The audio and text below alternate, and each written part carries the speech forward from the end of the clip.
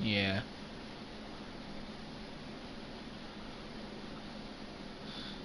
Alright. Ladies and gentlemen. Ladies and gentlemen, my name is Wayne1056, aka Sonnythaking, and welcome to Division Zero. We're doing the time warp back to the very beginning of our humble little company. I say that like it ever got big in the first place. It was never really that huge. So, last time, I started with the D0 title chase, and it's still going to be the same way.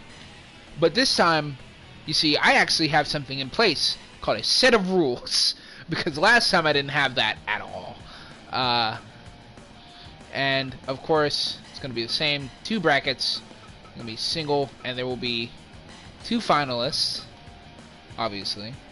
It will have the same name. D0. I actually have a name for the heavyweight title now.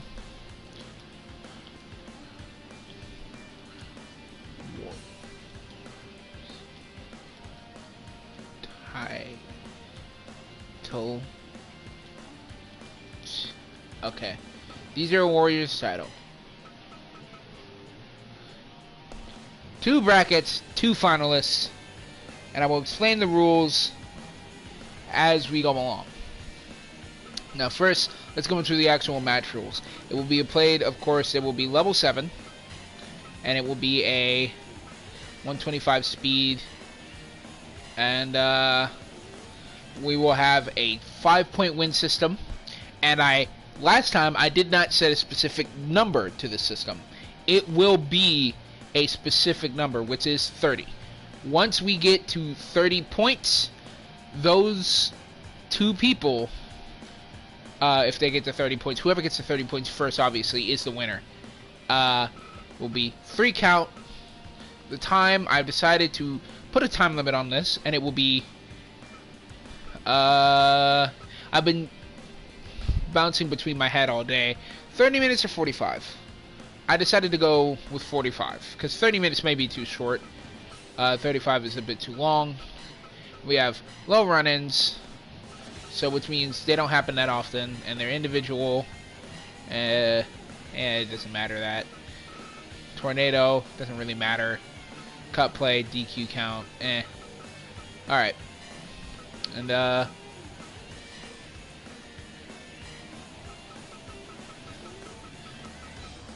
whoever wins this will be the winner of the D0 belt.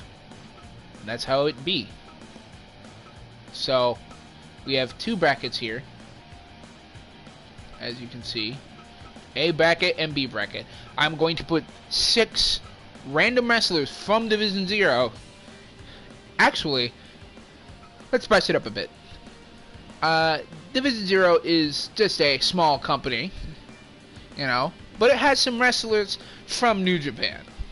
Couple of popular ones, both custom characters that I made, and a couple from other companies. So, let's spice it up a bit. 3 wrestlers from my company versus 3 random wrestlers from New Japan. Let's see who the better company is. An auspicious debut for everyone here, of course. And as you can see here, this is Division 0. Obviously, it's only going to be heavyweight division. So let's start off with who will be the first in the A bracket. Brian Pillman. Alright. Different choice. Second will be Chad Gable. I'm going to go American Alpha outfit on this one. And then I will pick one of my random heavyweights, which I don't think I really have any that are in this actual specific one. So let me see here.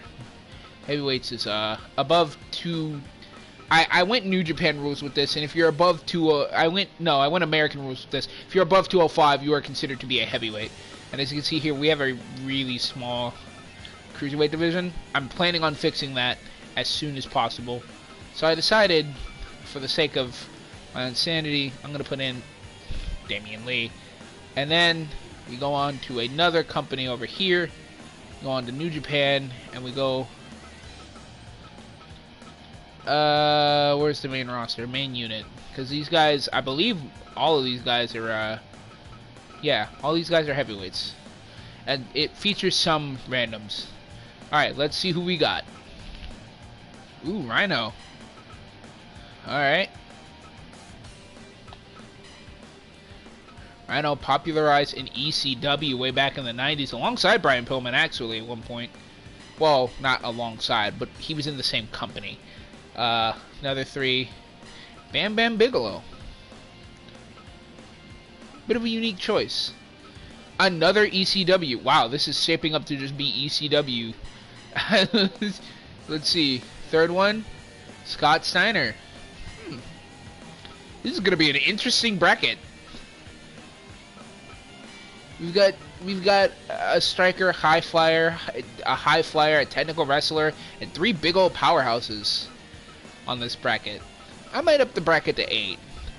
Yeah, let's up it to 8. I think 6 might be a bit too small. Let's see. Drew McIntyre. All right. Wait, don't I have Drew McIntyre in my company? I'm gonna pick that one because I'm pretty sure I already have him here. If I just check. Let me put it into... Yeah, I have him. So I'll just pick this one. Because this one has the actual Claymore kick animation. So that's number 7. And our last one... He technically doesn't count as Division 0. He's technically counting for New Japan. I was meaning to put the person who Drew McIntyre in New Japan into retire and then putting Drew McIntyre into the New Japan roster. But, nah. It's a fucking negligible one. Who cares?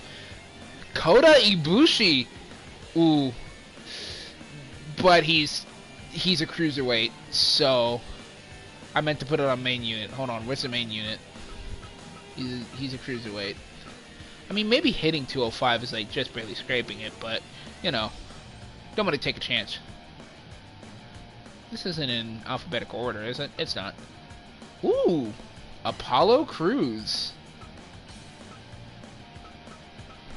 Pretty topical pick, considering he's in a pretty big storyline. 1, 2, 3, 4, 5, 6, 7, 8.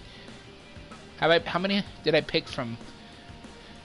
D0 is Chad Gable, Damian Lee. The rest have been at least 6 of them, so I guess I'll replace... No, wait. Brian Pillman, Chad Gable, and Damian Lee are from... And then the rest have been from New Japan, so...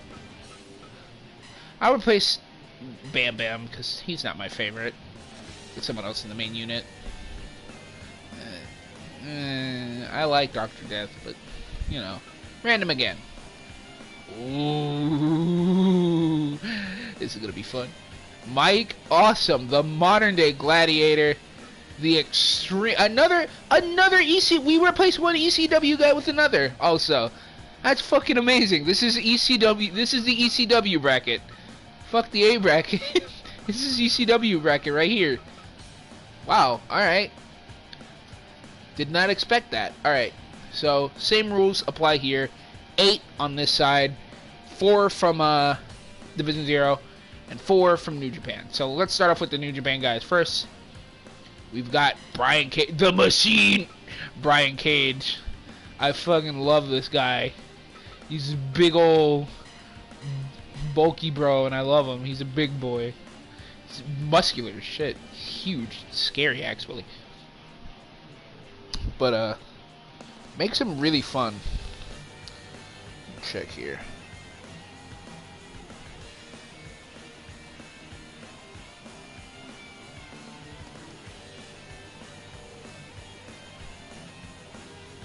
Check. Jerry Lynn, Master of the Cradle Pile Driver, and another ECW guy. Christ, we're just getting ECW dudes up the ass. This tournament is going to be ridiculous. Randy Savage, not an ECW guy, but a classic nonetheless. Which is, we'll go classic Macho Man. That's like early Macho Man. That's like original Macho Man. The Miz, by far the second most modern wrestler in this bracket so far. It's actually rather odd. Because the most... Yeah, we've got... It's been pretty much like 90s wrestlers, save for like some of mine. Rather weird. Whatever. Shawn Michaels. Speaking of classic,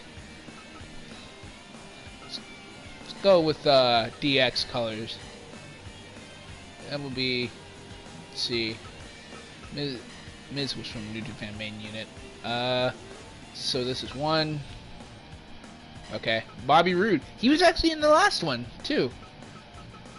So 1, 2, 3, 4, 5, 6, 9, 7 will be, let's see, CM Punk, who currently holds the D0 title. I probably should have taken that off of him, but you know what? It's fine. Okay, so change of plans here with the D0 belt. Original champion. I guess I'll put him in. Oh, it reset it. Oh, should we just go random select? No. Let's get the guys we had back in. So we had, oh god, Chad Gable. And by the way, is it a tag team with Bobby Roode? So it'll be interesting to see who wins there. We had Mike Awesome. This is pretty much a repeat of the first one now that I think about it. And I wanna put in someone else other than Damian Lee. As much as I like Damian, I wanna put in my big boy here. This is Aaron Gardner. He is the leader of the Golden Dragons and the best and my favorite of my little wrestling characters. Let's go for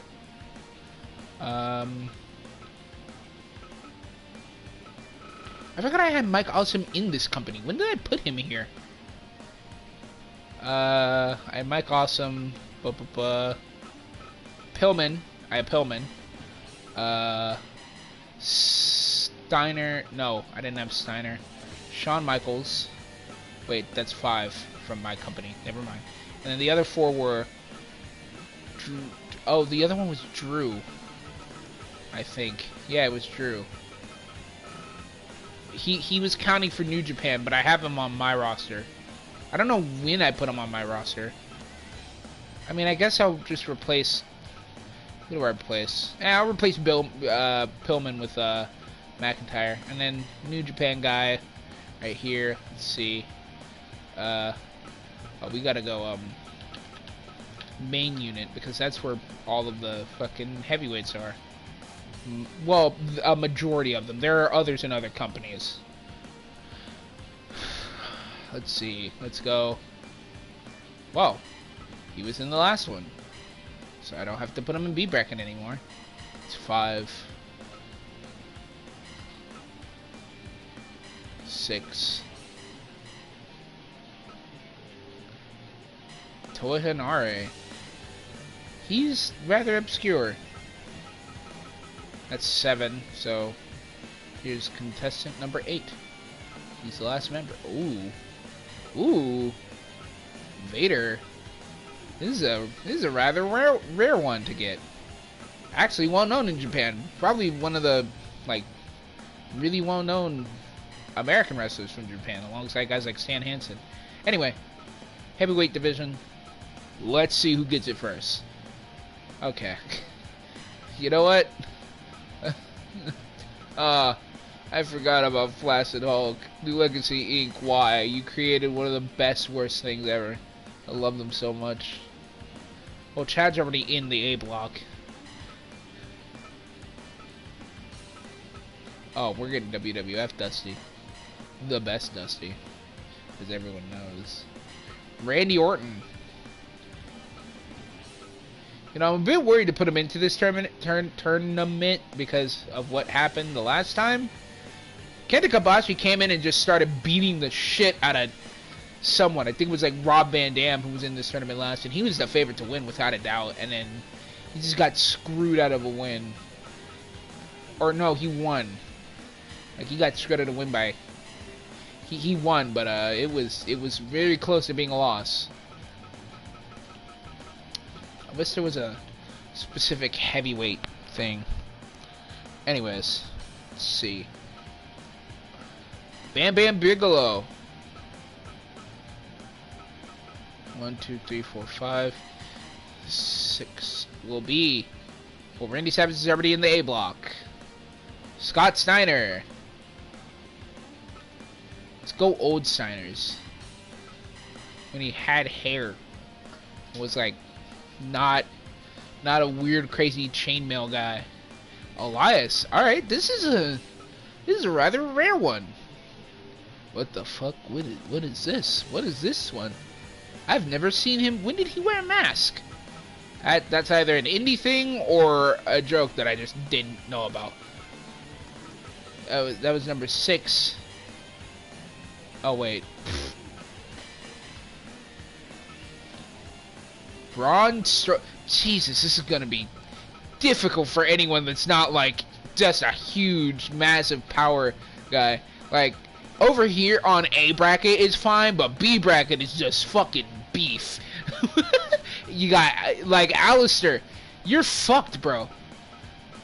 You know, I just realized I didn't put one of my custom characters into this.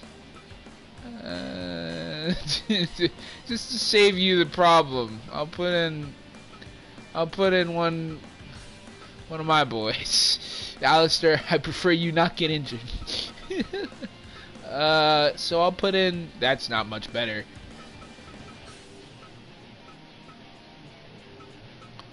Let's see. I can't put in 2 from Golden Lions. I'll put in. Just to make the beef easier. Every man here is beef. This is just beef city on B bracket. B stands for beef. And A stands for agility, I guess? These are all really agile guys. Even Vader. And Vader and McIntyre are pretty, like, you know, they're pretty good. You know, Randy Savage is kind of a high flyer. He's more of a showboat. I don't know. He has a very specific style that I'm not fully capable of understanding. I put it at level 7. Beauty skip. Don't skip that because that's basically skipping everyone. Alright. I think I've said my piece. Let's let these guys duke it out and see who gets the 30 points first.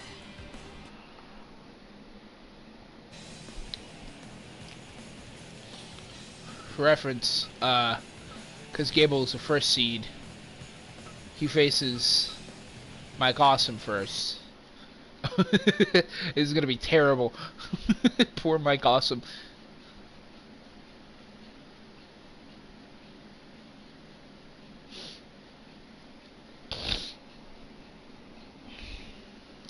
Why did I say poor Mike Awesome? He's like twice the size of Chad Gable. Anyways, enough of that shit. Here comes former NXT World Tag Team Champion and former SmackDown Champion, Tag Team Champion, Chad Gable. One of the best wrestlers in the world today. In the same vein of wrestlers such as Kurt Angle and even Scott Steiner, speaking of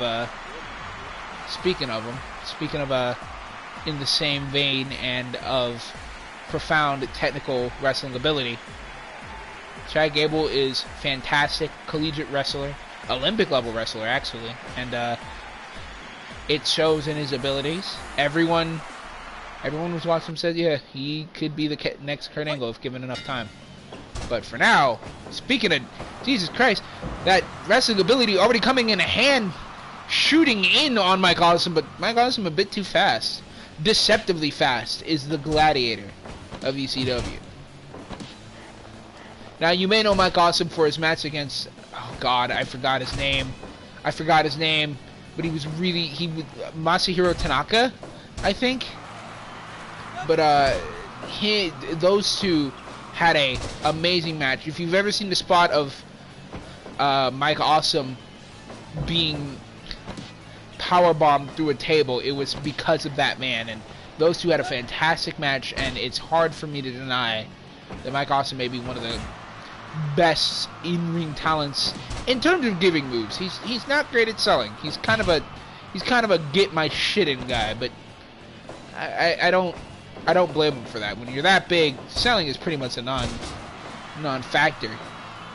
But he's pretty much selling for Chad Gable here. But wait a minute. Already a big power bomb. But Gable, that technical ability naturally rolling out of it into a pin and now tripping him up. But Mike Awesome. The wrestling technical skill of Chad Gable is fantastic and hard to deny. Jesus Christ, that suplex tossing Mike Awesome end over end. But the unfortunate part is I don't think that Gable's wrestling ability can really contest with Awesome strength here. As you see, that big spear just nearly shattering Gable. But every time Gable with this go behind and Mike Awesome barely able to counter. Shoots in again but gets a fail. Big spinning power bomb and now goes for the pin middle of the ring. Only a 2.9. Dangerously close, actually. 2 Northern Lights suplex. Brilliant bridge there. And now look at this airplane spin. Call out to Gorilla Monsoon. May he rest in peace up there in the cheap seats of heaven.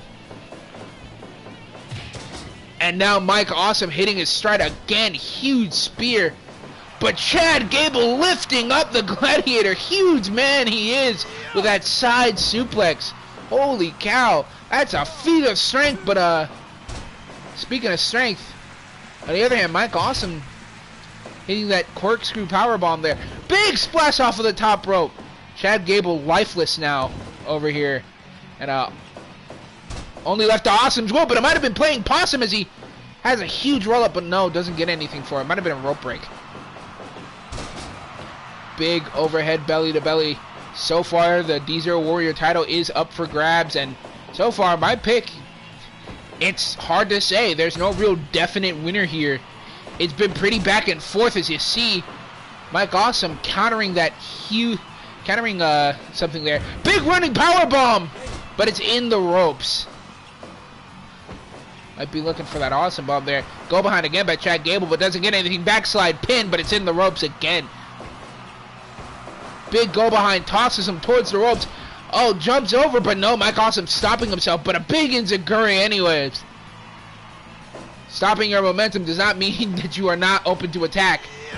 Oh, Rikishi driver style pile driver onto Chad Gable. Might be a bit too small though. Big. Oh my God, that dropkick flipping. Christ. Another big overhead. Surprising strength from Gable.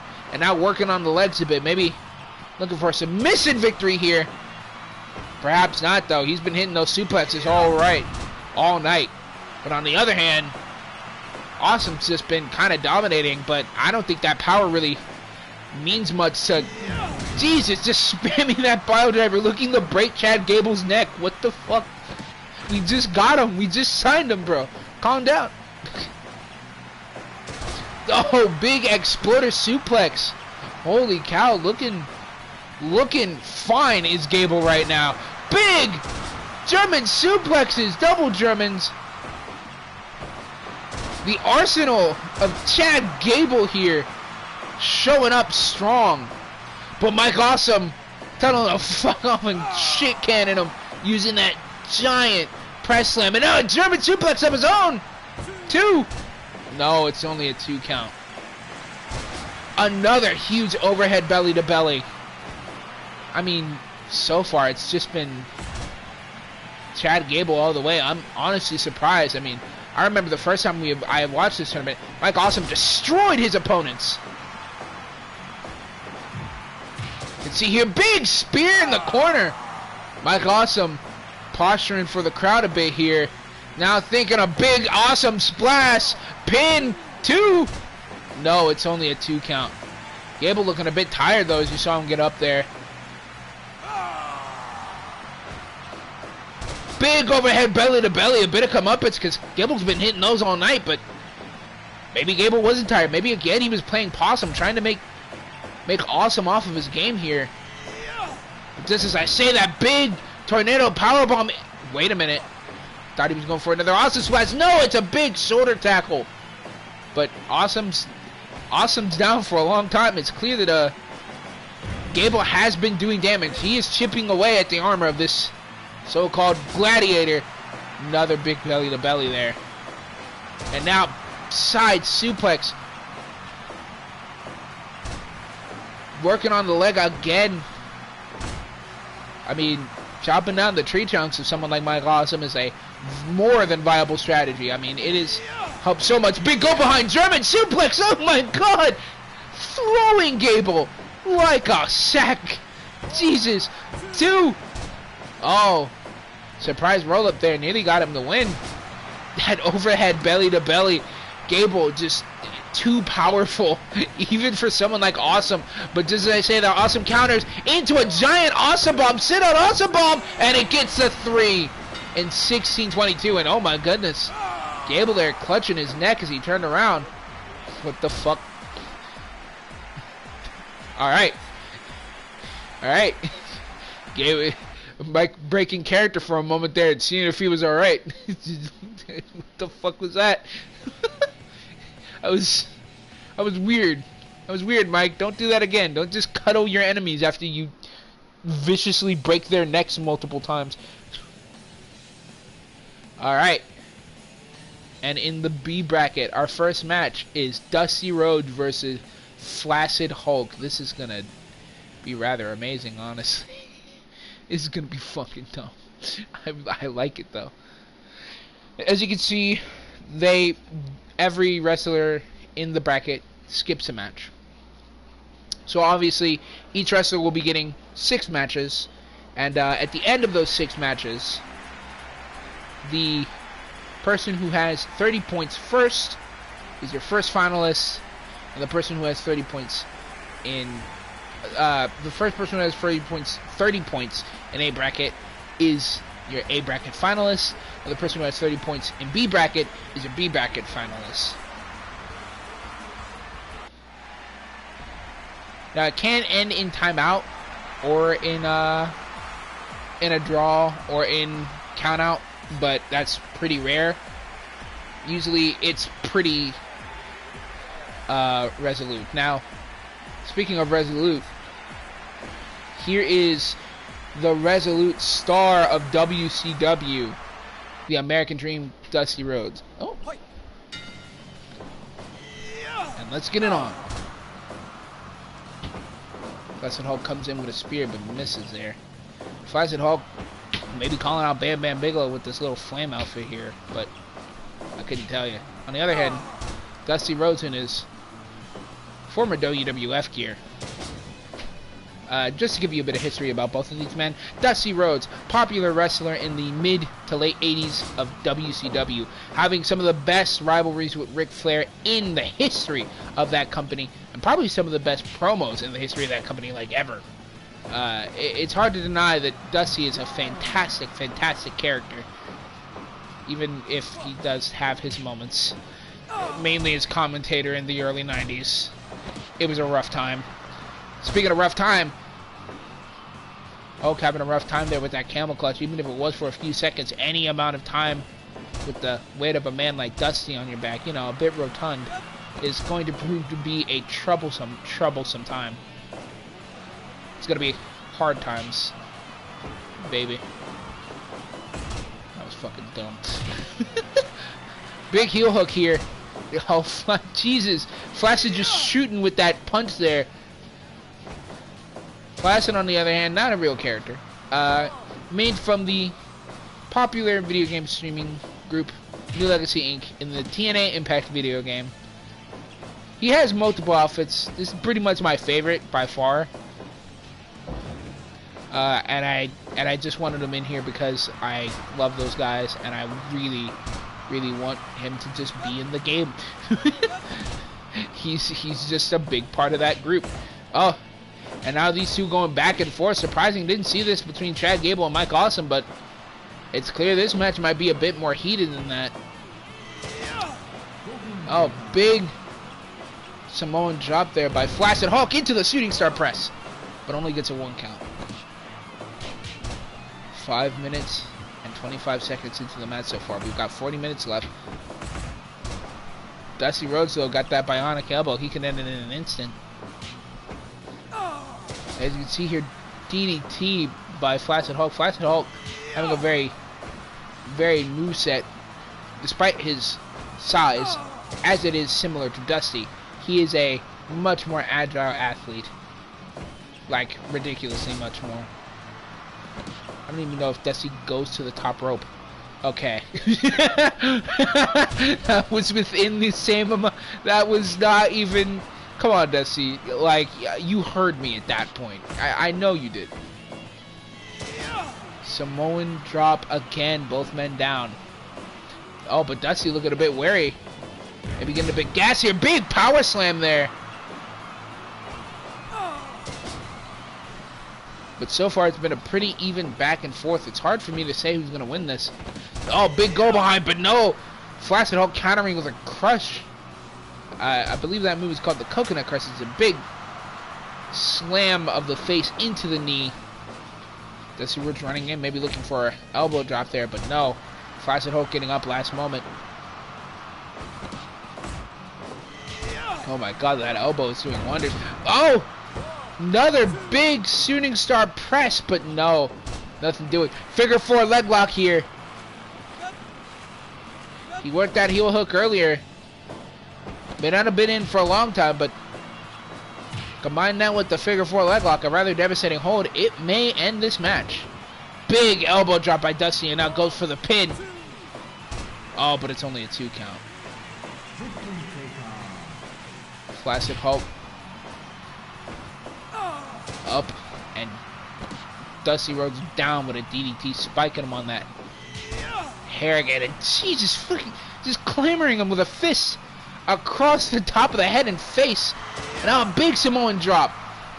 Once again, go behind, tosses him towards the ropes. Big head scissors there by Flaccid Hulk, and now will he go for the pin? No, he's looking a bit tired here. It seems like Dusty Rhodes having the better ability and match length. And now, wait a minute. Big axe handle by Rhodes. Go behind, but no. Flaccid Hulk not allowing that. Running towards the ropes, maybe going for it. No. Instead, he goes for a big shoulder tackle. Was thinking he was going to go for that head scissors once more. So far, it seems like Dusty has the better conditioning despite his size. But Flaccid Hulk has been delivering bombs to Dusty. I mean, he's had most of the offense. And now Flaccid reflux! No. Last moment, big rope break there. Dusty getting a bit lucky there. Oh my god. Speaking of lucky, calls out to the luck of the Irish with that huge headbutt. Jesus. Oh. Oh, Razor's Edge powerbomb into the splash. And that gets the 3 and 13-36.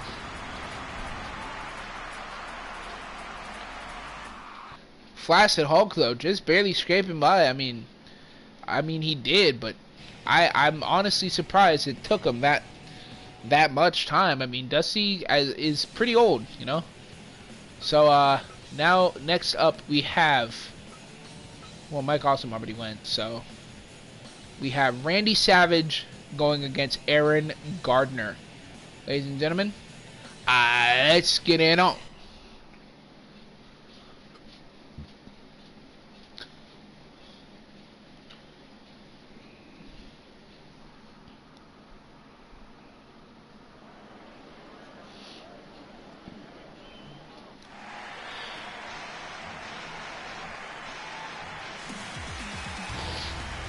First up, we have Aaron Gardner, the kingpin of the Golden Lions.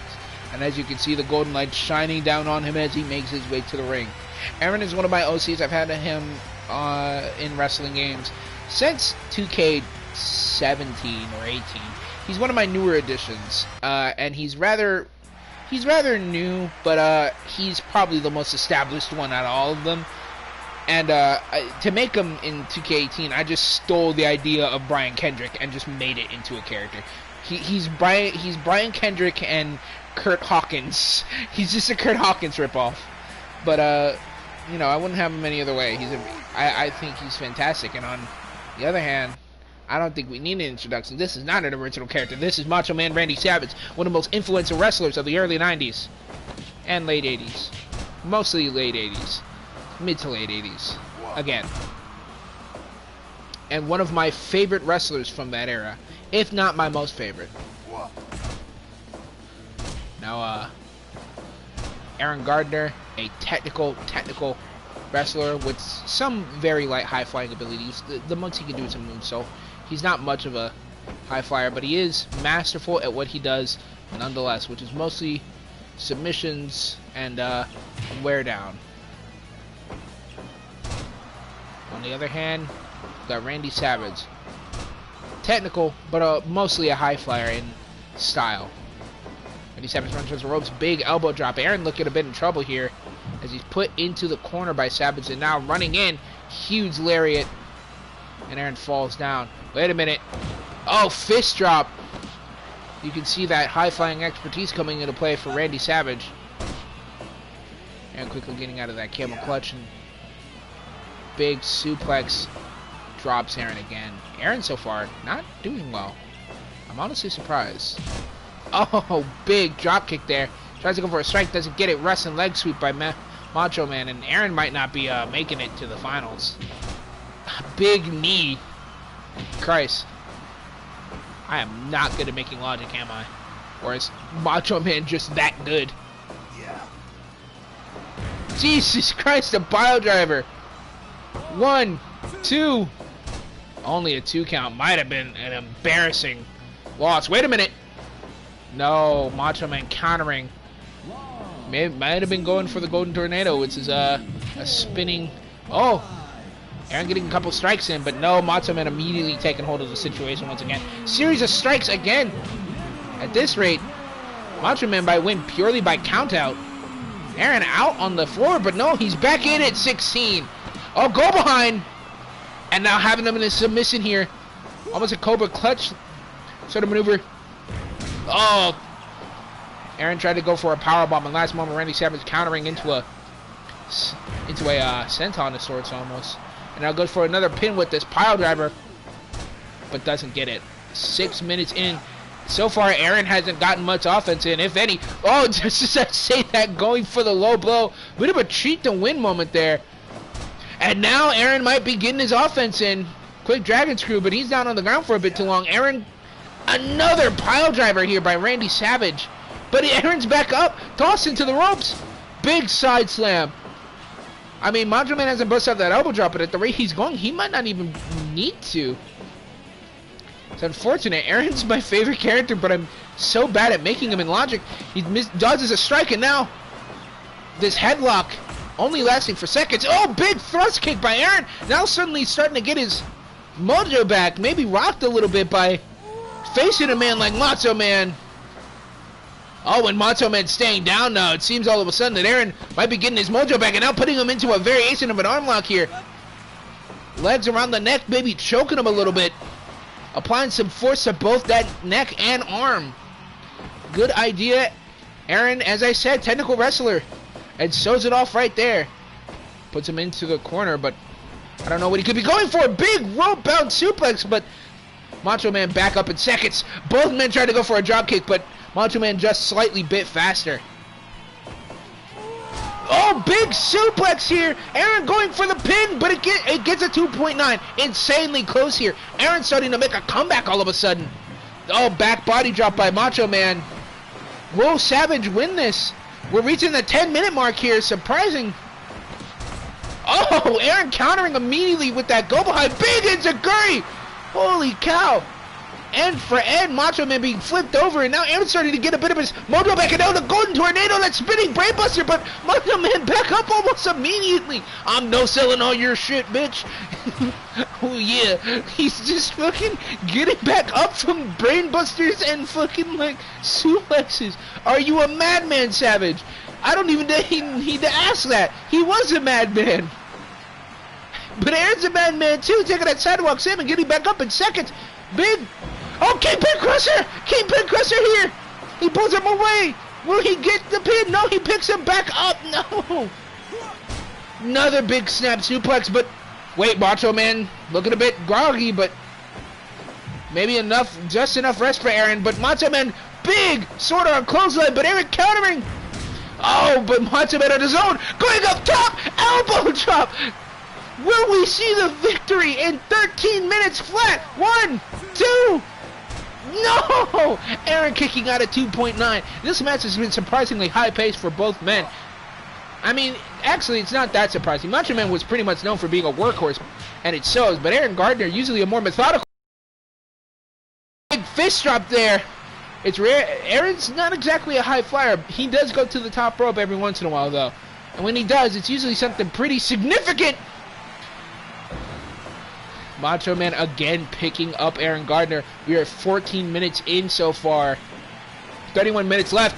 Big back suplex. But Aaron back up in seconds. Tries to go for a drop kick, but misses. Oh, big elbow. And now up top. What's he going for here? Moonsault off of the top rope, but no, it's in the ropes. These two men are looking to finish this. There is no more fucking around between these two. Big dragon screw weakening that leg of Macho Man. Honestly, I'm surprised he hasn't gone for a single leg submission yet. But no, going for that arm. Wait a minute. Wait a minute. Applying pressure to that arm and neck, but no. Randy Savage showing fortuitousness? I don't know the word. Big elbow drop again. This might be it. 1, 2. No. Aaron showing his own resiliency there. The fortitude of both of these men is on display as he goes back into the submission, and it gets the victory. It gets the victory at 16:40. Aaron Gardner, that submission working wonders for the Kingpin, and he moves on 5 points against Macho Man's 0. Great way to start out for Aaron Gardner. Let's see if he can keep that momentum up for the rest of the tournament. It's a bit hard to, you know. It's a back and forth situation with these men. All I can say is it's going to be fun to watch. All right, our next match is between Jonathan Ramirez, a.k.a. Montana Jr., as I have come to call him, which might become a bit of a different costume if I ever get around to doing that and I don't get bored. If I ever get bored, I want to go around to doing that. Versus Randy Orton, the Viper, the Apex Predator, legend of WWE and all things pro wrestling. He is holding up Raw right now. There's not much else to say. I got a custom character and a famous WWE wrestler. Let's get it on.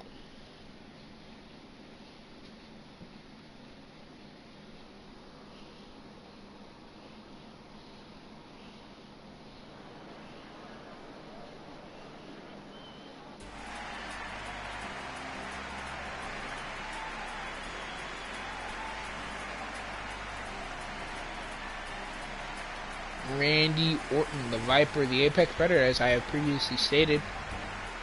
His finisher, the RKO, a jumping cutter, well known for coming out of nowhere.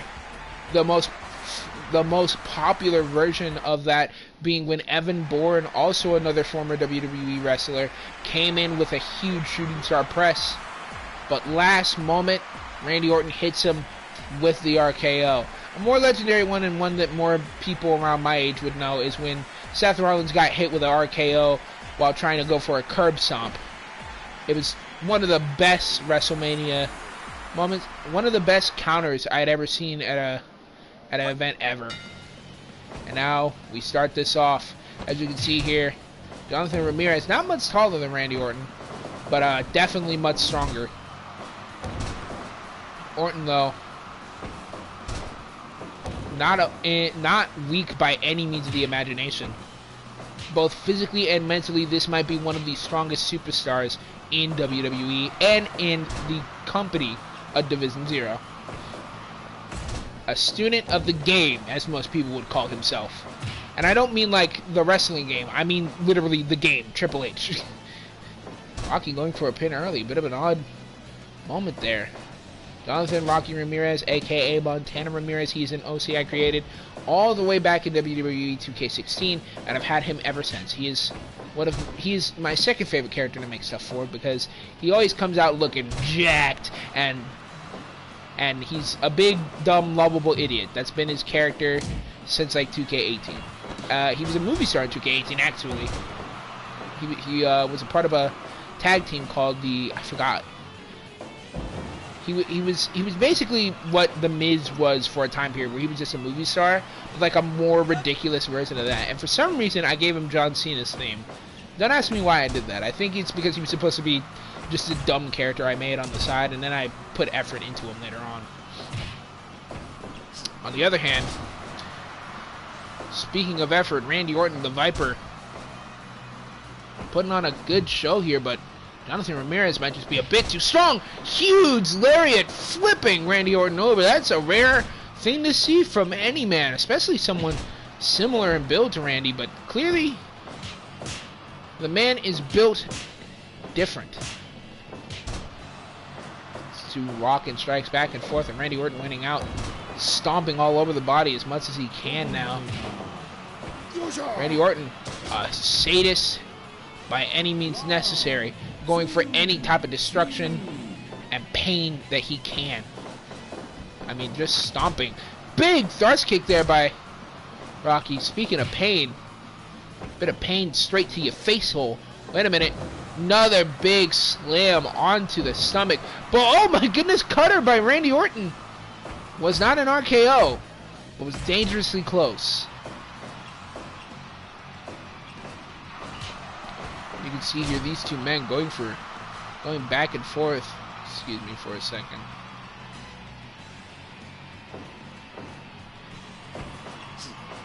Big explosive suplex. Oh, series of strikes there by Orton, dropping Ramirez.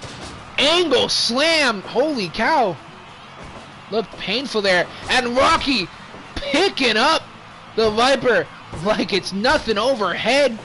Bench pressing the bitch before slamming him down on his knee. Another huge angle slam, and Rocky's out of the ring.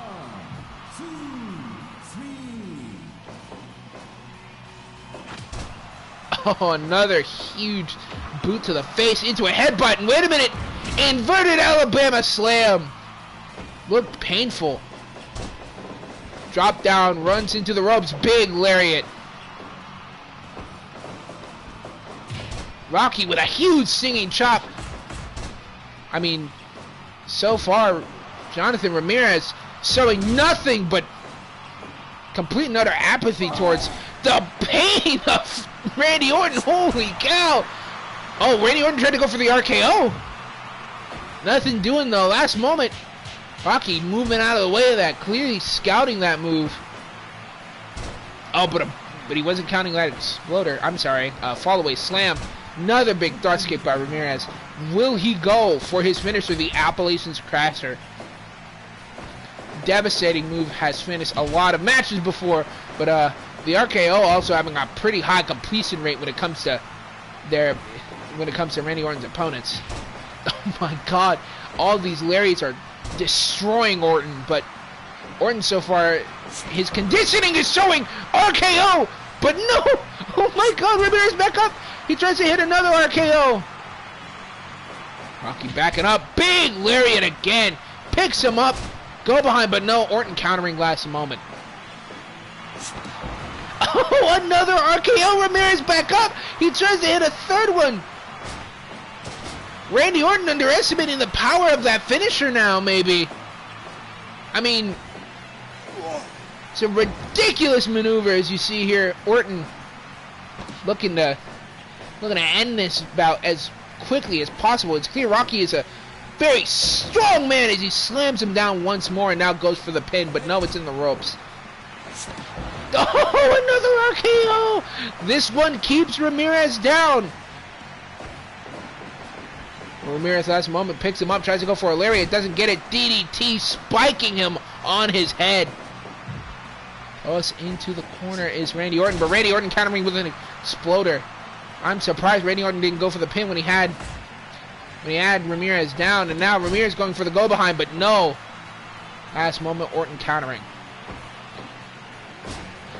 My God, that backbreaker just doing wonders right now. Oh my God, chopping him, clattering him in the back with a big chop. I mean, Ramirez might not even need to pull out his finisher at this point. This has been pretty much a walk in the park for the big man. Orton countering with a lariat. Big kick to the face. I mean, both of these men are pretty much...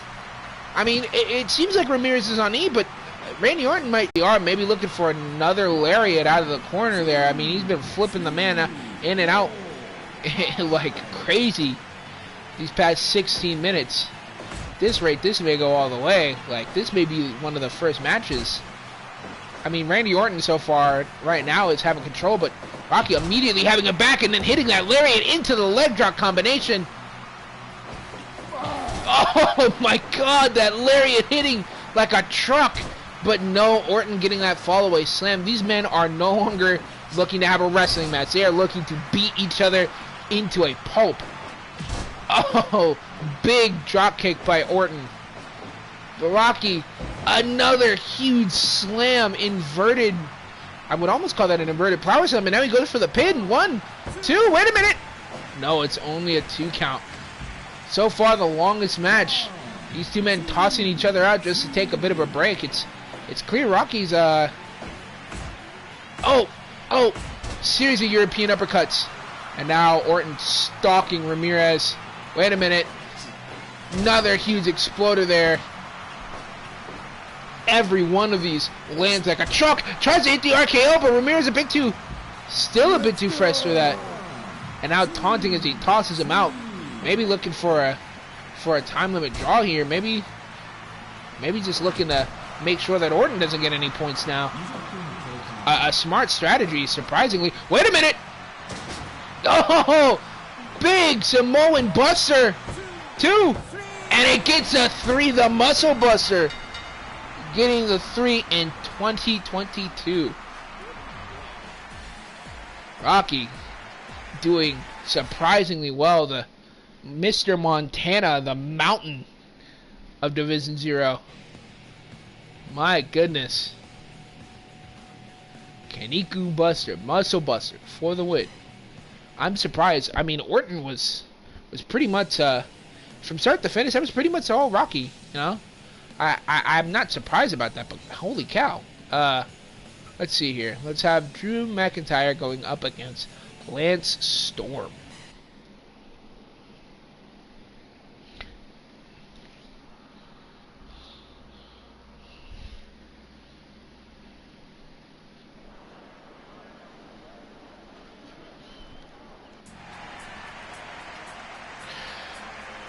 First up, Drew McIntyre, the chosen one, the Scottish psychopath. One of the greatest wrestlers in WWE today and currently WWE World Champion. This title is just as may not be as prestigious as that one, but I can guarantee you that he will be gunning for it as viciously as he did for the WWE title, nonetheless. On the other hand, we have Lance Storm, a member of the Triple Triad, and one of the greatest in-ring performers, but incredibly boring as a character, sadly. And an ECW, and a pretty big ECW name, only mostly well known now for hating most cancer companies, which with good reason. You know, his sister had problems with cancer and stuff like that. The companies didn't really help out. The funds didn't really help out, you know. So he has a bit of a problem with that. But what he also has a problem with is not winning the D0 title. And hopefully I don't have to hear him complain about it. All you have to do is beat some men in wrestling matches. You've been doing that for a number of years. Please don't hit me with a weak chair shot. Wait a minute. Drew Galloway already going for something off the top rope. Holy cow. Barely a minute in and Galloway having his way with Storm, but Storm not backing down. Holy cow. Off the top rope stuff usually almost never works. I mean, big credit to McIntyre. He's getting this off in a pretty, ironically, in a pretty extreme way. And Storm going for a kick to the midsection there, but no, quick counter by McIntyre with a stop to the leg. Taking out Lance Storm's legs is probably the smartest thing you can do. The man is a well-known high flyer as well as a technical wrestler. Taking out his legs limits a huge amount of his offense. Big DDT spiking the Scottish psychopath, and now maybe going for the pin, but no, McIntyre back up before he had enough time. dragon screw. Taking out Drew McIntyre's leg is also a pretty good idea. His finisher, the Claymore kick, pretty important. Holy cow! Oh my goodness, tossing him out of the ring with that overhead. But Lance Storm looking none the worse for wear. He's like, I've been through tables, bits. There's no such thing as a bad day for Lance Storm. Jesus, Future Self DDT on the outside. I mean, Drew is not messing around. I mean, it's going to take a lot more than take out someone like Lance Storm, but if there is anyone who can do it, it could definitely be Drew. Oh, big leg slap there. I mean, slap to the face while holding his leg. Not an actual leg slap like they do whenever they hit a super kick. You know what? I don't need to explain that sort of thing.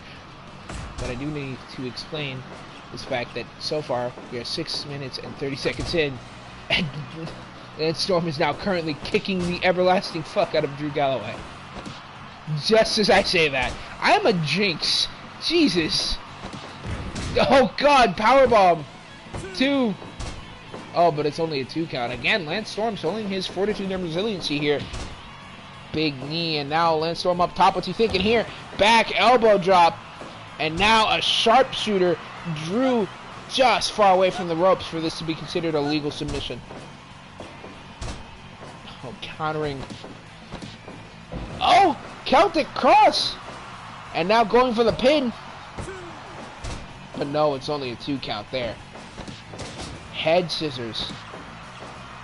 I mean, Lance Storm so far, pretty much in control, but Galloway's had his moments too. And now, speaking of having his moments, big knee to the face by Galloway.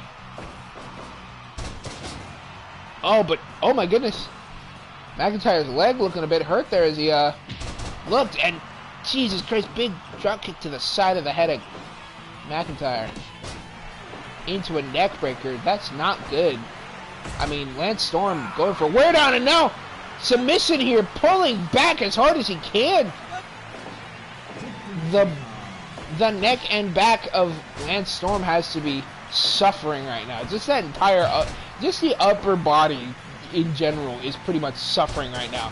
But on the other hand, McIntyre's leg must be screaming in pain as well as he gets hit with these dragon screws just randomly out of nowhere. And now another sharpshooter. I mean, it may not affect the leg, but it definitely doesn't feel good. I'm surprised Lance Storm hasn't gone for any kind of heel hook or an ankle lock or anything like that. Oh, but a big sit-out spine buster only gets a 2. Almost 12 minutes into the match. German suplex. Amazing bridge there. Getting low with the hips and slamming them in to the ground, obviously. Oh, lariat to the back of Lance Storm's head. And now running towards the ropes. Tries to go for a lariat, but no. Lance Storm tries to hit an attack, but no. Last moment, Drew Kellerman with another gutbuster. I mean, the core of Lance Storm is also a big thing. I mean, those German suplexes do some damage. And if he can't keep the bridge up on those, he can't really hit a pin. He can't really keep the pin on that. And, yeah, it does not help. Lance Storm now has McIntyre in the corner. What's he thinking here? Oh, God, just kicking him right in the dick. No hesitation. Save my ass. Jesus. Celtic cross, but Lance Storm back up in seconds. Holy cow, what? What is... It's Shawn Michaels. What the hell is he doing? Well, hold on. Who the hell are you helping here? What the hell is happening? Whoa. Shawn Michaels coming in. Attacking Lance Storm now. Helping out Galloway. I mean... I don't even know if these two have feuded or anything like that before, but... It's definitely showing, and last moment, Drew Galloway getting the win. Thanks to Shawn Michaels coming in with the attack. What the hell is this? What the hell is this? Oh my God. Drew Galloway. Oh my goodness. This happened last time too. I mean, I put it on low so it can happen, but it's so rare when it actually does that when it does, it's like, it's shocking, you know? It seems almost impossible. We'll worry about that later. We'll worry about that later. You know what? We got this. We got wow. We got Bam Bam Bigelow. Oh my goodness, the Beast from the East versus Scott Steiner. The superstar, the man with the world's largest arms, and the genetic freak. I mean, it's not that Scott Steiner, it's Steiner Brothers Scott Steiner, but you know what? It still counts. He's not Roy Magoo Steiner, but I don't want to, you know, I don't want to confuse people. I've confused people enough with picking certain wrestlers. Bam Bam Bigelow, also a member, two members of the Triple Triad, I believe. I believe they're called the Triple Triad. Yeah, two members of the Triple Triad, alongside Lance Storm and Curtis Douglas? I forgot his name. Not Curtis Douglas. Shane Douglas, the franchise Shane Douglas, who I don't have because I don't like him. Simply put, I don't want him in the company. Listen, he talks shit on all the bosses he's had. Big Papa Pump. He wasn't called that at this point. He was just known as Scott Steiner from Michigan. But now he is Big Papa Pump. The Scott Steiner you originally saw with the blonde hair and everything was from he was from that. Anyways, oh, big slam there to start this off. Just clobbering the back of Bam Bam Bigelow now. Another huge slam here and now. Scott Steiner with a simple elbow. I mean, not much here. So far, Scott Steiner keeping it a bit simple.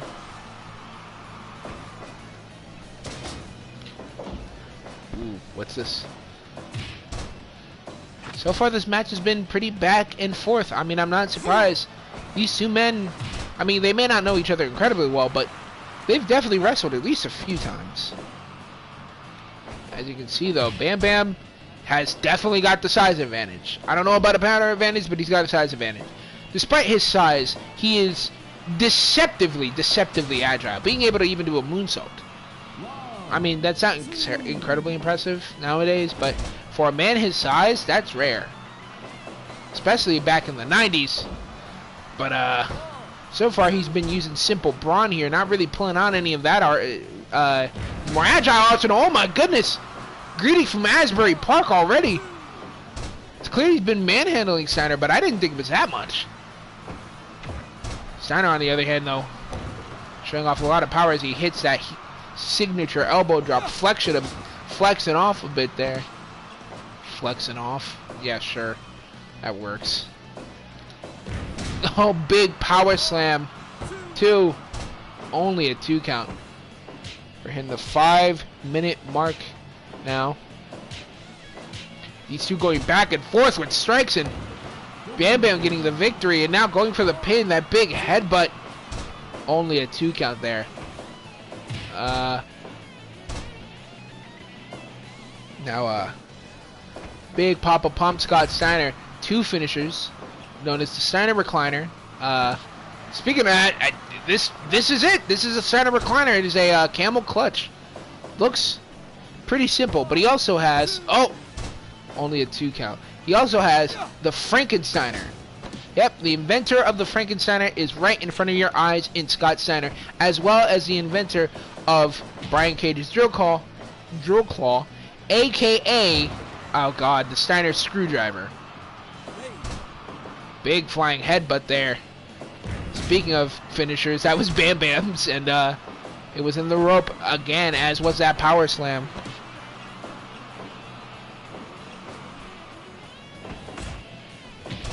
Oh my goodness, so far this match has been pretty low energy, but not much more as Bam Bam. Oh, speaking of that moonsault, as I mentioned earlier, he goes for it, but only gets a 2 count.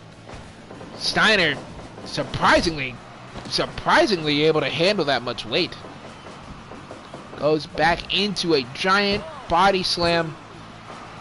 Oh, 2.9. It's clear Steiner may not be able to handle much more of this, but the man might be a caged animal as he hits a power slam there, picking up the massive 300-plus pound Bam Bam, and now rubbing his forearm against his face. It's slightly annoying. Oh my god! Lariat flipping Steiner end over end. Bam Bam, though, looking a bit out of breath. Looking a bit winded here. I don't think that matters as much as he hits that power slam, though. He had to stay in one place for it, but he hit it. Oh, that signature elbow drop once more. Oh, it's only a 2 count once again. Big belly to belly now. Steiner starting to show off more of that athletic expertise. Big slam. Oh, God, going a bit dirty there with a stomp to the groin. On the other hand, Bam Bam tosses Steiner into the ropes, runs in, huge body splash into the drop kick, but no missing. Last moment, Steiner gets hit with a choke slam. Maybe looking for another. No, tries to go for that flying headbutt finisher, but no, doesn't get it. Into the fist drop to the back. Knee drop to the back. Aiming for the small of the back, surprisingly. I mean, it makes sense for his finisher. The Steiner recliner again. Almost always hitting in the back. Wait a minute. Big jumping clothesline. Sadly, I don't believe I have Rick Steiner in this company yet, but I will soon get him in, and we will have the Steiner brothers for you. Steiner recliner here. He's been hitting moves to the small of the back. Wait a minute. That backbreaker has been utilized all night, but no, Bam Bam not giving up just yet. Speaking of that, big elbow drop after that, backbreaker, but no, only a 2 count. That elbow drop not doing much here, but neither is that power slam as it's in the ropes. Oh my goodness, these two going back and forth, almost trading finishers and just signature moves here. Who's gonna win first? I couldn't tell you. It's Bam Bam hits out Lariat again. Go behind here, but no, Scott Steiner with his own, but a couple of elbows to the face. Ends it. Wait a minute. No, Scott Steiner back up. Choke slam. Picks him up. Drop kick.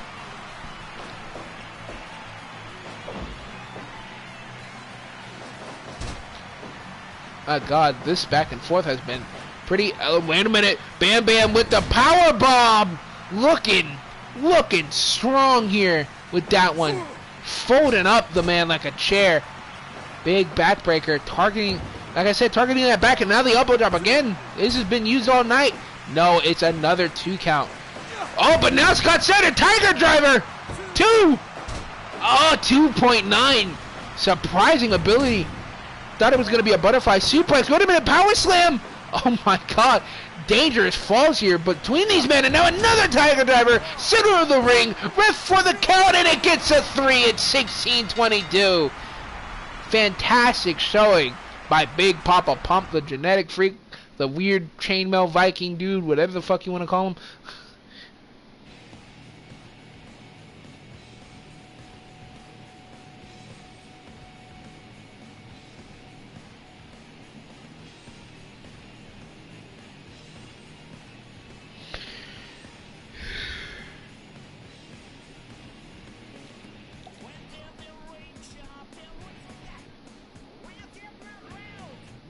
All right.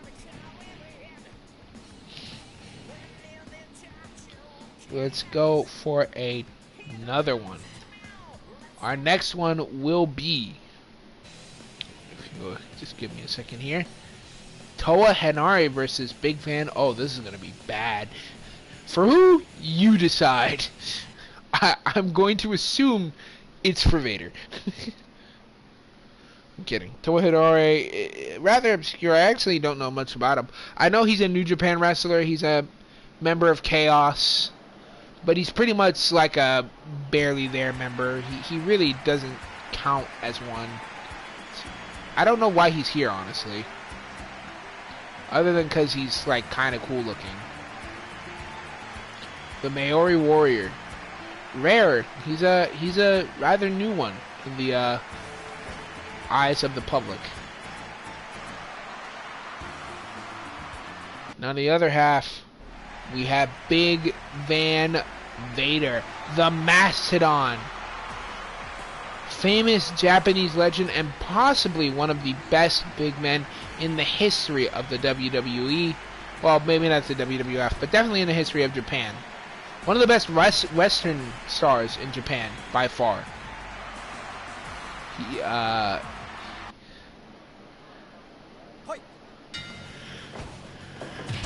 as you can see, Vader starting out as aggressively as he usually does.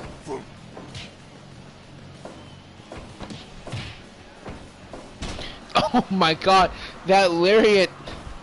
Everyone just slams people with that lariat. Toa Henare trying to go for a shoulder tackle, but Vader last moment blocking it. Big suplex though. Toa Henare surprisingly powerful here. Big shoulder block, but Vader going no way, brother. That big beefy girth of this man is just showing off. Toa Henare practically being absorbed. Oh, but countering with a knee. Another knee to the gut. Forearm. Vader tries to go for a headbutt, doesn't get it. Double axe handle hits right on the money. Now stomping him out a bit. I mean, this is a brawl. This is wow, these two are fighting. Like, these two are shooting. Wait a minute. Big suplex countered again by Toa. Toa surprisingly showing off more strength than Vader. I'm pleasantly surprised. But that don't mean much. Vader is still a mean son of a bitch, and he will try his best to hurt you, as you see here. Oh! Brain buster! And now up top, big axe handle into an elbow drop to the face, and now going for the pin, thinking this might be over. Oh, and it almost was with that 2 count there. Another brainbuster. Toa Henare helpless. Right now, gaping, mouth open, going for the pin again. Only gets a 2 count. Toa Henare clearly a bit tough and very, very much resilient. I mean, it is well known that those Islanders have the hardest heads in all of wrestling. Seriously, that's a true thing. Oh my god. Toa Henare just ridiculous in his want to conquest. 2.9 there.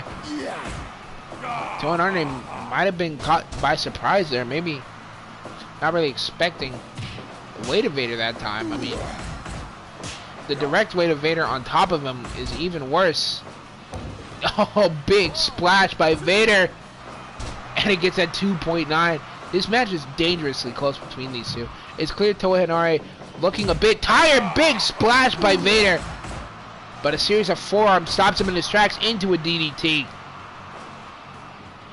But Vader back up between the two. But he's looking a bit tired. Big belly to belly there. Into another splash. Toa Henare a bit exhausted. And it gets the 3. Holy cow. So far the shortest match on this card.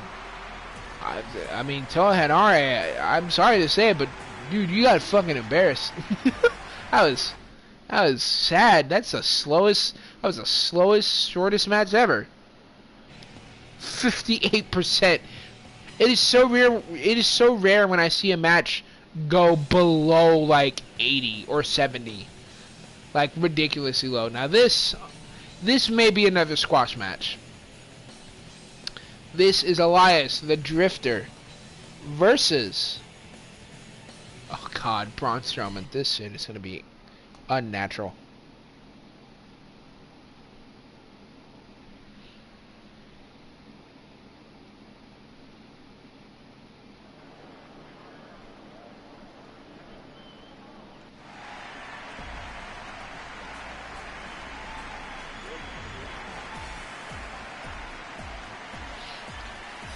Now here we have Elias, the Drifter. If he had his guitar, he'd probably be playing it, but, you know, licensing and such. That guitar had copyright. I didn't even know that was possible. I mean, it is possible, but, like, it was copyrighted by WWE and not even by the company. I don't know how the hell that happened. Whatever. On the other hand, what we don't need copyright for is for the Monster Among Men. This is Braun Strowman.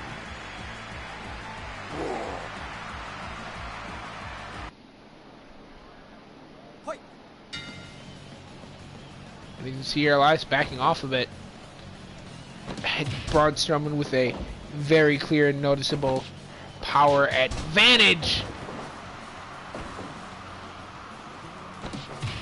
As you can see, every time Braun Strowman and Elias get into that knuckle lock, Elias ends up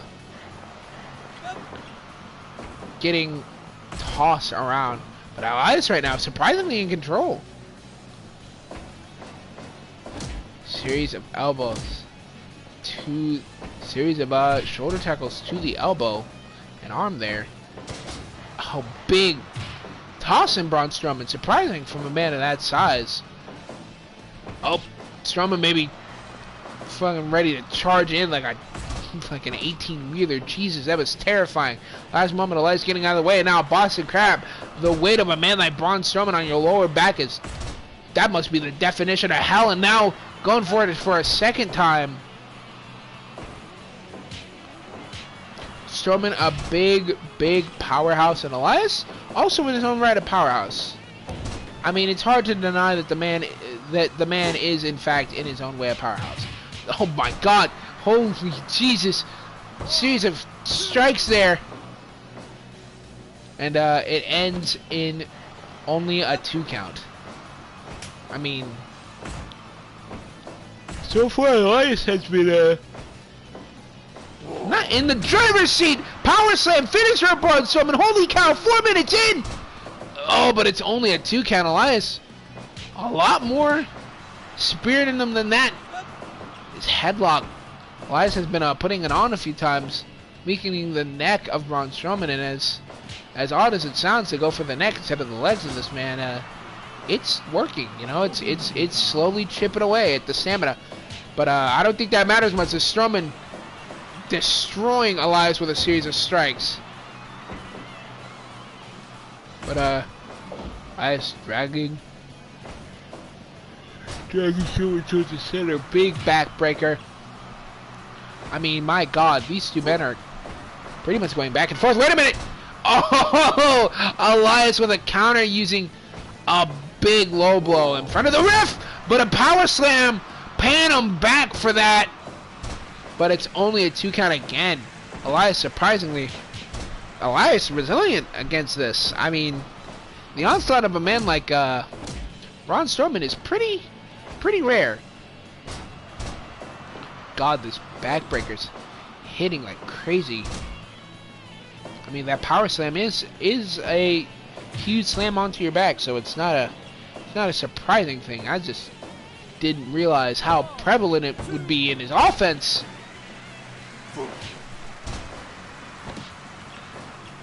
But being draped over Braun Strowman's massive knee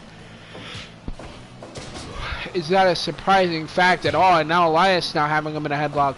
Speaking of that, big armbreaker looking to just wear down the arms of Strowman here. I mean, Strowman is a big old powerhouse. If you take out his arms, you take out a huge vector. But that power slam doesn't really need to be used with 2 arms, or even really 1. Wait a minute, now Elias going for a submission, headlock submission there. So far, it's been pretty much all Elias with a go behind, but last moment, Braun Strowman coming back with that big elbow to the back of the head. But again, Elias with this torturous headlock, just wrenching it in there. Now, shoulder tackles to the forearm. Wait a minute. Elias up top with the big drifter elbow. Signature move, and now drift away. Drift away. He hit his finisher finally. Oh my goodness. This could be it. 1, 2. Oh, 2.9. Scarily close for Strowman though. Going for that neck is a pretty smart idea by Elias, finishing him off with the neck breaker, but another power slam by Strowman. Oh my goodness, Elias. Scary how good he's doing right now. Go behind by Strowman, but no, nothing doing.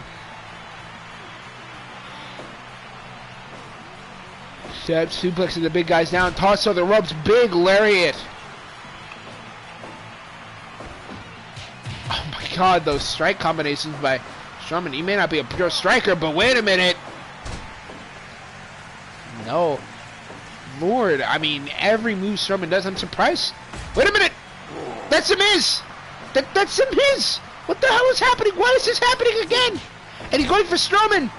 Oh, that's the dumbest move he could possibly do. Delayed suplex to The Miz, but... And now Elias and The Miz starting to team up here, and... It's rather surprising. Both men go behind. Big back suplex in tandem. Oh, huge lariat. Go behind. Strowman fighting these two men off as much as he possibly can. Oh, double team again, but no, Strowman just too big for these two.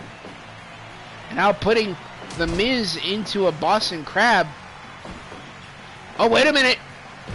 Oh, powerbomb combination. Go behind, but Strowman's still really not looking much worse from here after The Miz's attack. But drift away, wait a minute, maybe giving him enough time to hit that, but no, Strowman back up again. Slamming Strowman down. Power slam, wait a minute. Only a 2 count. So far, these two have been at it like it's nothing. How is Strowman still able to handle this? Thing? Yes, I am, friend. Wait a minute. My goodness, so far it's been Elias, but Strowman with another power slam. 16 minutes in, we're hitting 17, and this might be no. Oh my goodness, Elias has just been. I mean, he's determined to win. I mean, it's fair. He hasn't really won any titles in WWE, and here he is in D0, clearly determined to finish off the monster among men. Wait a minute, with a power slam of his own, picking up the monster. 1, 2. No! That power slam just as ineffective with Elias as it is with Strowman. Jesus. I mean, how much more is Strowman able to handle, but how much more is Elias able to handle? I mean, from what I can tell, a hell of a lot more than Strowman. I mean, getting a bit of a saving grace there through that rope break, but I don't know. We are hitting 19 minutes into this match. Going pretty long so far. Might hit longer than, I believe so far our longest match has been Ramirez versus Orton, and that ended in Ramirez's win. So I'm not surprised if whoa. Why the fuck is R-Truth out here? You're not even in the tournament. What the hell are you doing? Hold on. Whoa, what the hell? Oh my goodness, tandem offense. Go, little Jimmy! What the hell is R-Truth doing? The Miz's former partner! What the hell is happening? Oh my god! R-Truth hitting that finisher! Oh, dancing a bit too long. Yeah, that's kind of the character of R-Truth there. He kind of got unfocused. Oh my god. I mean, I'm not surprised. R-Truth is surprisingly doing something here. Maybe they're trying to, I mean, the R-Truth and Miz, maybe they're not looking for, maybe they're looking for to cause some form of chaos. I mean, that was an odd moment there. I mean, well known, the Miz and R-Truth were tag partners at one point. One might even say friends.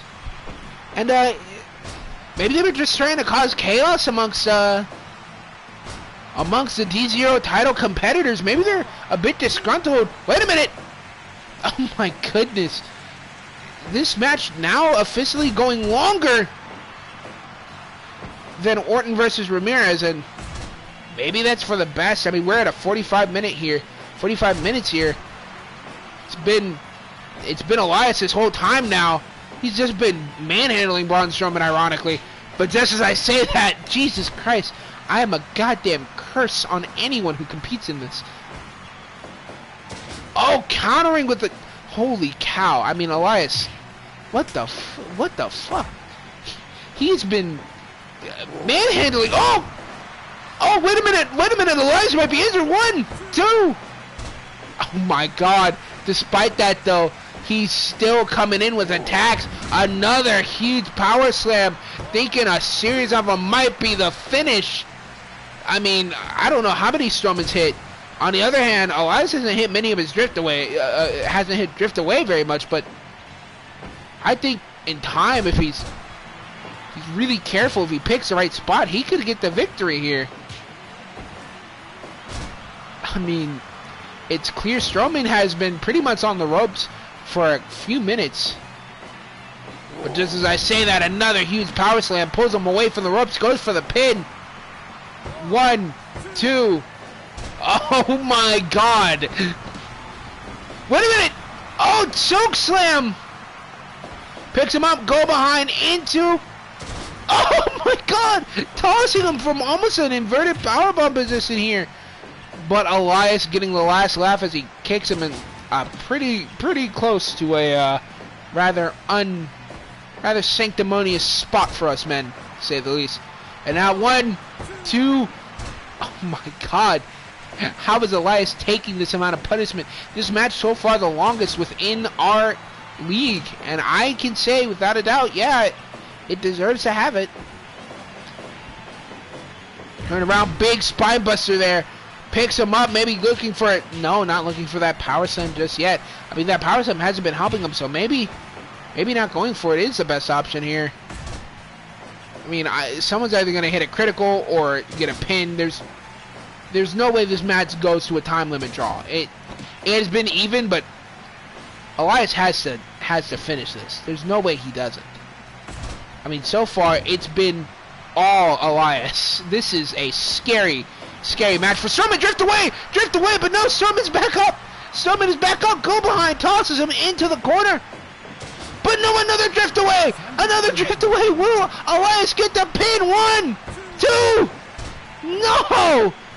15 minutes left so far in this match. It is crunch time for both of these two men. They have been hitting their finishers like fucking miniguns, and somehow neither of them have gotten a 3 in that amount of time. Just as I say that, another brutal power slam. Elias clutched his midsection earlier. Will that factor in the win here? But I don't know. My goodness. I mean, I know Elias is a pretty resilient guy, but even I have to admit this is more than anyone else thought would happen. I mean, at this rate, this could go all the way. A huge clothesline by Strowman, but no, nothing doing.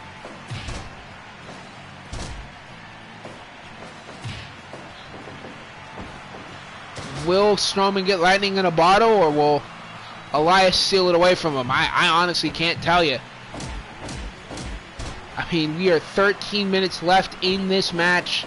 This might be a time limit draw. Both of these men getting only 1 or 2 points would be a utter travesty, because honestly, they don't deserve that. This is going to be horrific for if this reaches a time limit draw. I mean, the crowd is rooting for both of these men, but Strowman hit another power slam, but no, oh my fucking God.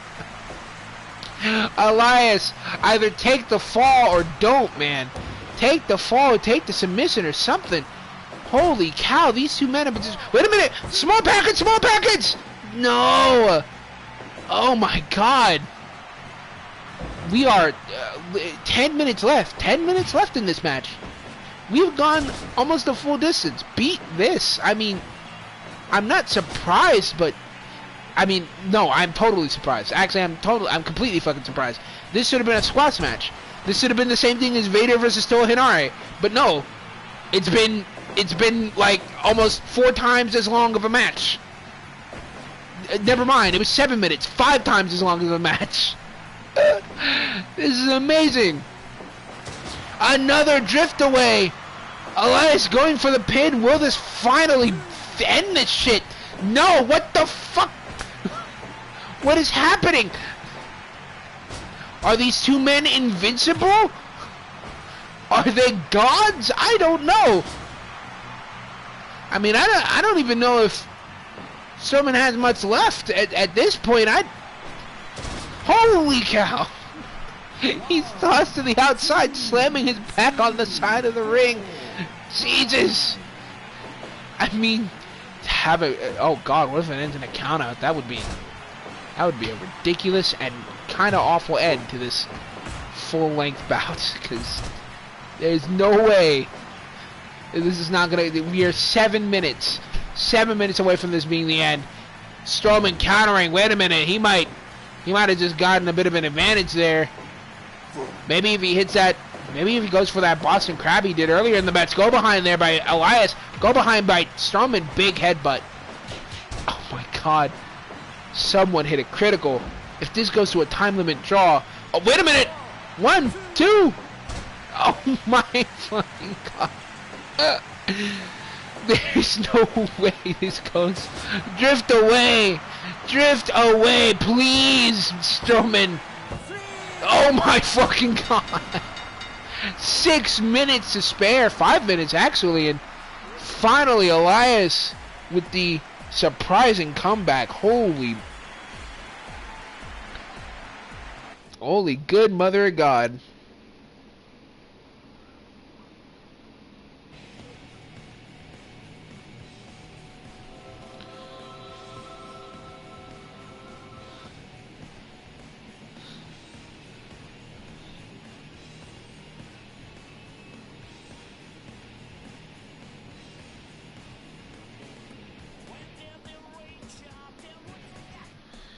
My good God.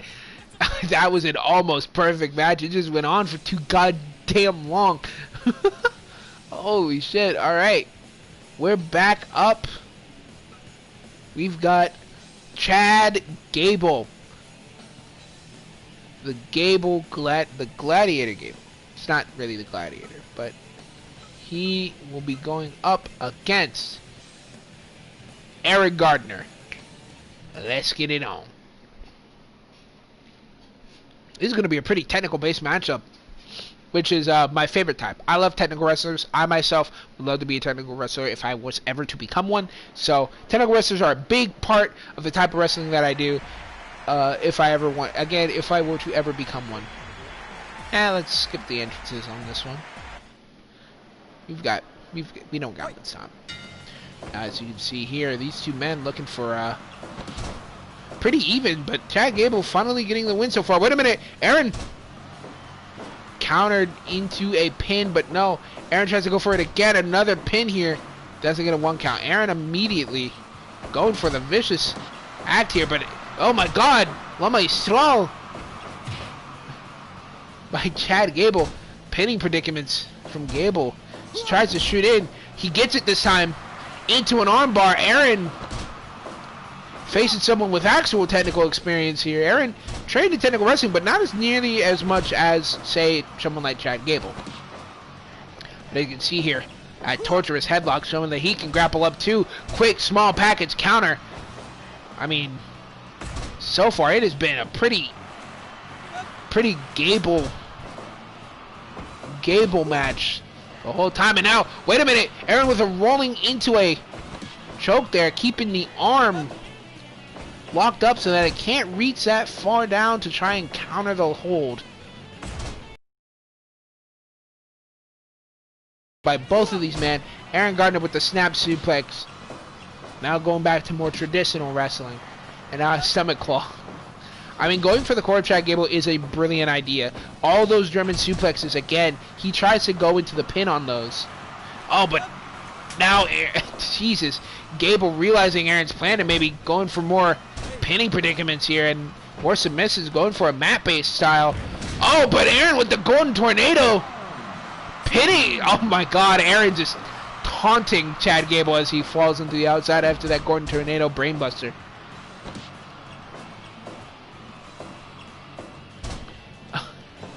I mean, it's been a pretty ferocious match, surprisingly. Aaron Gardner, though, pretty much not getting much here. Quick roll into another variation of a chokehold here, but Gable taking a bit longer to get out, but still getting out. Another slap suplex. Crisp technical wrestling here by these two.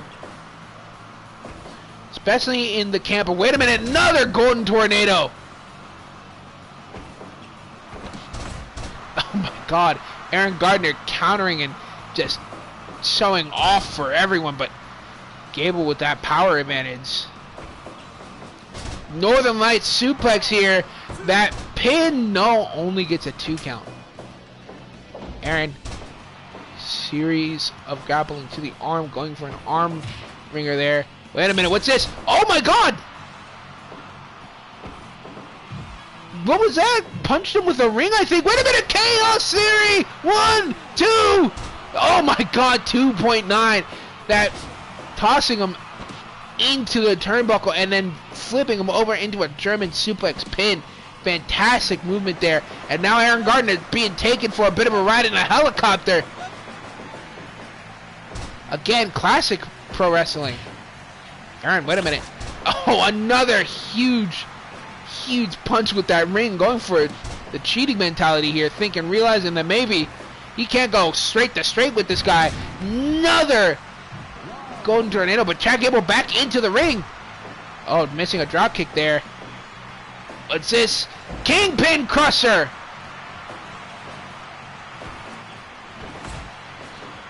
Drop kick to the chest of Gable. Aaron, these two men are showing no mercy to each other so far. Starting to get into the 10-minute level here. Oh, another Kingpin Crusher. Aaron Gardner now, wait a minute, picking him back up, go behind, but no, Gable countering. Still too fresh for anything. Oh my goodness, Aaron has been going for that foreign weapon all night, and the ref not being able to see it, but Gable don't care. He's been slams him down with a German suplex, but a snap suplex right back. I mean, Aaron going a bit of a cheating round, and now again with this chokehold, and it gets a submission victory at 11:04. Another quick match for Aaron Gardner. Aaron, so far, I believe he has 10 points. I believe he won both. Wow. Fantastic effort by the kingpin of the Golden Lions.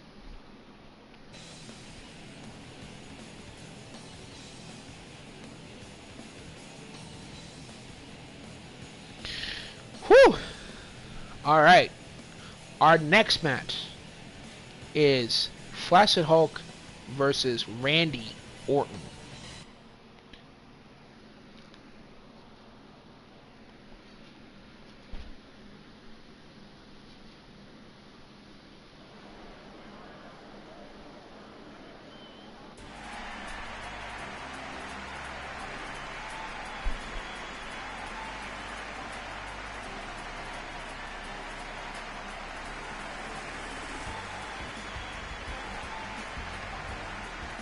Alright. Let's get out. Randy Orton coming in vicious. Not surprising. I mean, the man lost his last match, so I imagine he wants to gain some retribution using Flaccid Hulk's flaccid, soggy little body. What? I don't know. You can see Orton, on the other hand, is just trying his best to make sure that Flaccid doesn't get any farther than the 5 points he got. I don't even think he got 5 points. I'm pretty sure Dusty won, now that I think about it. Flaccid Hulk now a bit overwhelmed by the wrestling style of Randy Orton, but taking a quick moment and now recovering, and it's now back in the head of the game.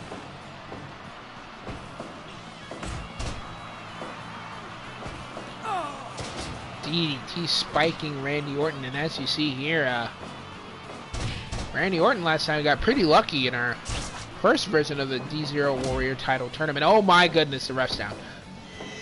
Okay, what the hell happened? Randy Orton just bumping into the ref. I swear that ref gets bumped so many times randomly. Happily he's fine though, I think. No, he's bleeding. He's bleeding. He is bleeding. Okay, 4 minutes in, and so far it's currently Flaccid Hulk, but just as I say, that go behind by Randy Orton goes for a schoolboy pin, but no, nothing there. Big DDT again. lifting him up here. This DDT is violent, just spiking him on the head. Orton so far though has been it's pretty hard to deny that the man is clearly having the advantage, but Flaccid is not far behind. Oh my god! Spear by Hulk.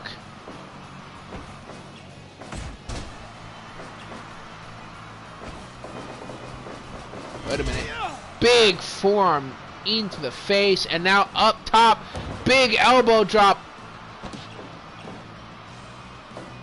Not going for the pin just yet.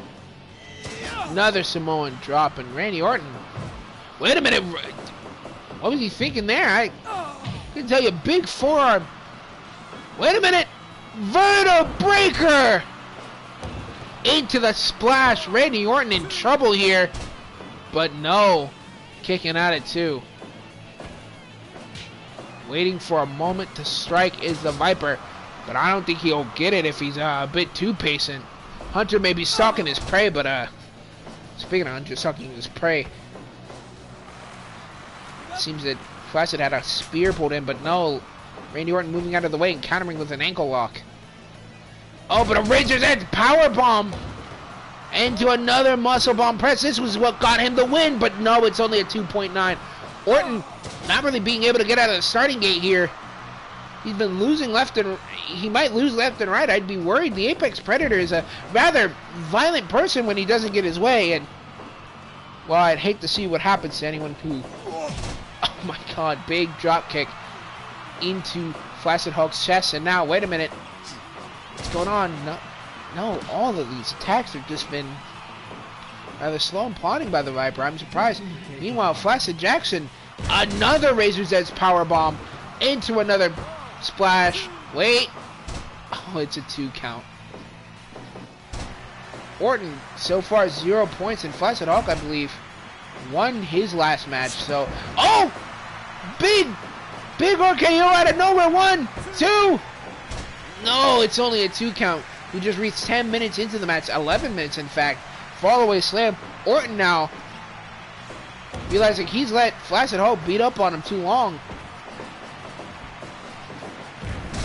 Big power slam there, and now he's incensed. Look at his eyes. Man's going crazy here. DDT spiking the man like it's nothing. Big drop kick, and now Flaccid Hulk, oh, countering with a spear. 1, 2. Tried to steal the victory there with that surprise spear. Speaking of surprise, there's an RKO just for you, Hulk. And now he gets the pin. Oh, but it's just barely in the ropes. Series of European uppercuts. Randy Orton looking a bit desperate as he tries to hit these RKOs.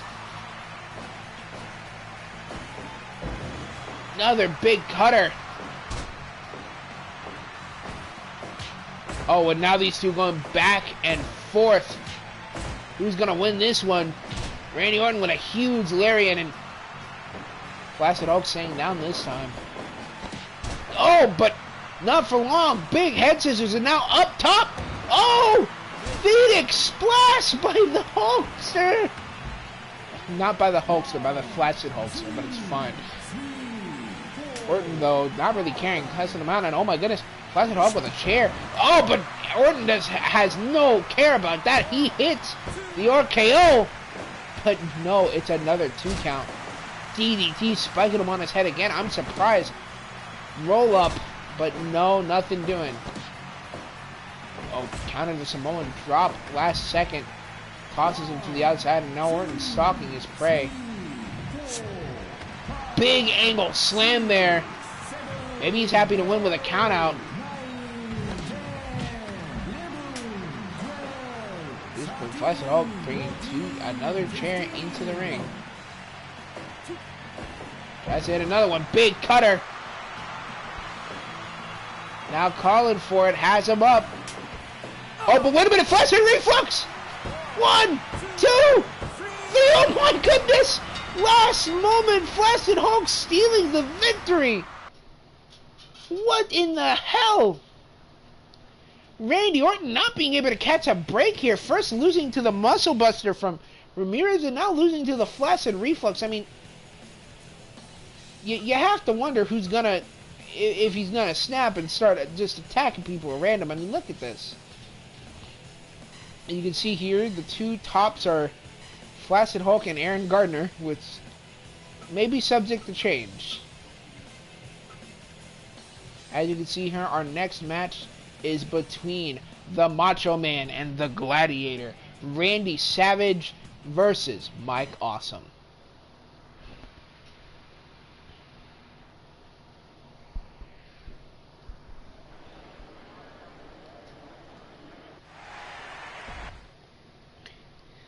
Without further ado, ladies and gentlemen, let's get it on. Oh, these two coming out of the grave, both rather aggressive. Toss into the corner. Mike Awesome immediately bouncing out of it, though. Big strike. Awesome trying to go for a spear, but no, now we're working on the leg. I'm sorry, Savage working on the leg. Yeah. This is because they both have the name Randy.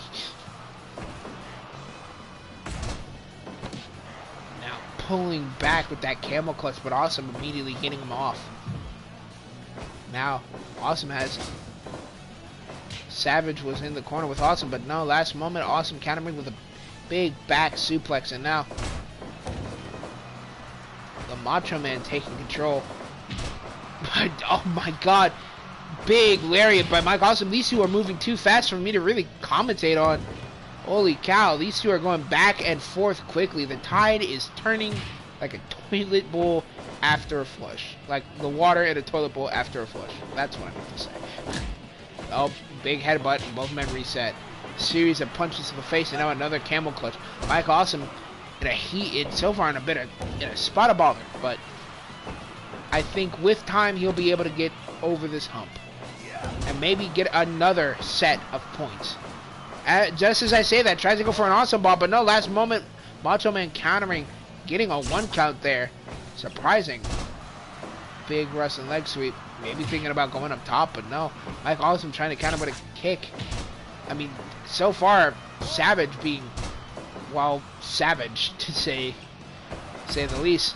Big, just as I say that, speaking of Savage, big forearm into the back. Tries to hit a frog splash, but last moment, Randy Orton, Savage counters with a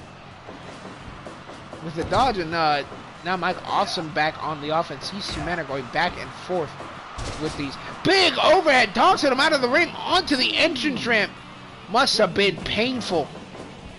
Tosses him towards the rope, but no, Savage stopping himself last moment.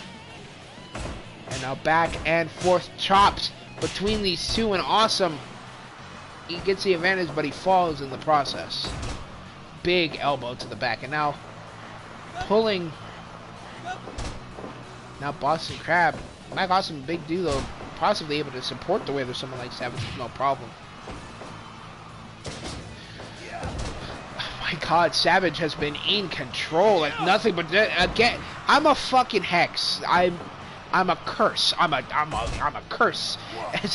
As soon as I say something, Mike Awesome hitting that tornado bomb there. Big German suplex with a pin, but no, it's in the ropes.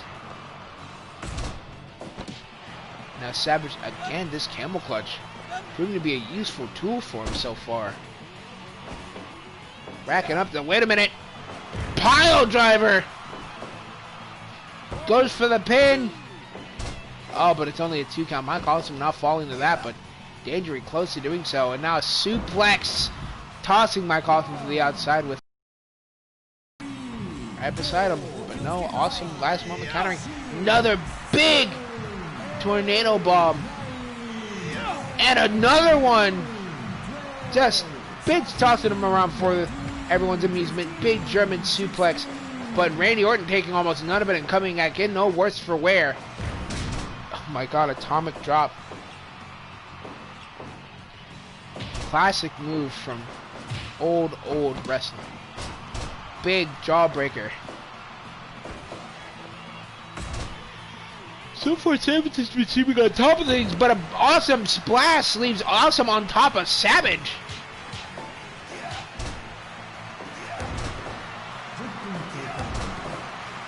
We are reaching 10 minutes into the matchup now. And it's currently all Randy Savage's way. But just as I say that, Mike Awesome with the running power bomb. But no, Savage getting out of it thanks to the rope break. And that Savage big drop kick, maybe thinking of going to the top rope, but no, picks him back up. Russian leg sweep. Wait a minute! Stealing one of Macho Man's signatures. Pile driver by Mike Awesome going for the pin. 2. No, it's only a 2 count. Reaching a pivotal point in the matchup here. Mike Awesome might be stooping to any lengths to get the victory here. Toss into the corner by Macho Man, but no, last moment. Wait a minute. Running powerbomb. Sit out this time. And it gets a 2.9. Dangerously close to getting the 3, though. Barely able to kick out. Oh, spear sprinting into him like a freight train. But Savage, big body drop, tossing the big man over his back. Surprising movement there. 2, 3, into a big chop. My good God, Orton. Savage is... Oh, just as I say that, he gets broken in half. I was about to say Savage has been pretty much in control. Rikishi driver, or if you're an ECW arc, greetings from Asbury Park. Oh my God, both men going for attack after attack. Big overhead, not tossing him out of the ring this time, but dangerously close. Awesome splash, Awesome again on top of Savage, but no, this time it's in the ropes. So going for quick kicks to the sternum. Maybe a bit lower than the sternum. Or would it be higher in that case because he's upside down? You know what? It doesn't matter. The matter is he might have been trying to kick him in the dick. Jesus. That overhead suplex payment for trying to kick him right in those fucking fat, awesome nuts. Wait a minute. Oh, 16. Dangerously close to it being a full-on 20 count here.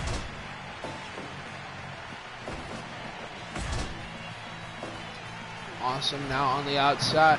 Oh, wait, countering the elbow drop. Goes for his own big splash. But Savage back up. Big knee. Who is going to win this? Another sit-out pile driver there by Awesome. Go behind. Savage countering. Hits a big jumping clothesline and wait a minute, pin. Oh, but it only gets a 2 count. 17 minutes left in the bout as of right now. And as we can see, this match is going pretty even right now. But that may not last long. I mean, these two have been trading back and forth moves, and clearly Awesome down on the ground after that drop kick. So it's clear that if Awesome is not careful, Macho Man could end this with a single elbow drop. Puts him into the corner. Another trio. Whoa. More kicks to the sternum. But no, not doing anything. But that body slam might. Wait a minute. Big elbow drop. Pulls him away from the ropes. Goes for the pin. No, wait a minute. Going for it again, but no. Awesome just having enough time to wherewithal. Immediately rising up and sitting and smashing him with a spear. Oh, maybe thinking that back body drop again, but no. Awesome countering with a knee to the stomach. What to a tough elbow drop. Oh, but Awesome back up like it's nothing. Minutes. Big side suplex there by Orton. I'm sorry, by Savage. Fuck. Big reset there as both men hit their heads. I don't know why they do that. Wait. Tried to go for that German, but not getting anything. Another side suplex by Savage. Another elbow drop, but no. Mike Awesome countering. Big splash. But, oh, pile driver by Savage. 22 minutes in. Will this get him the victory? No. Throws him down. Back up. Big elbow drop. Oh my goodness. Awesome is just barely able to handle.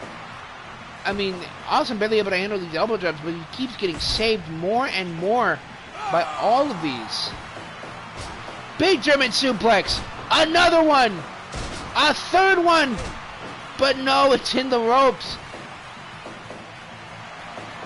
Running power bomb, goes for the pin, but no, it's in the ropes. Stop running that way, you dumb fucking idiot. Overhead suplex. Spear. Awesome now. Getting on a roll. Running power bomb once more. Just for, no, it's still in the ropes. His fingertips just touching.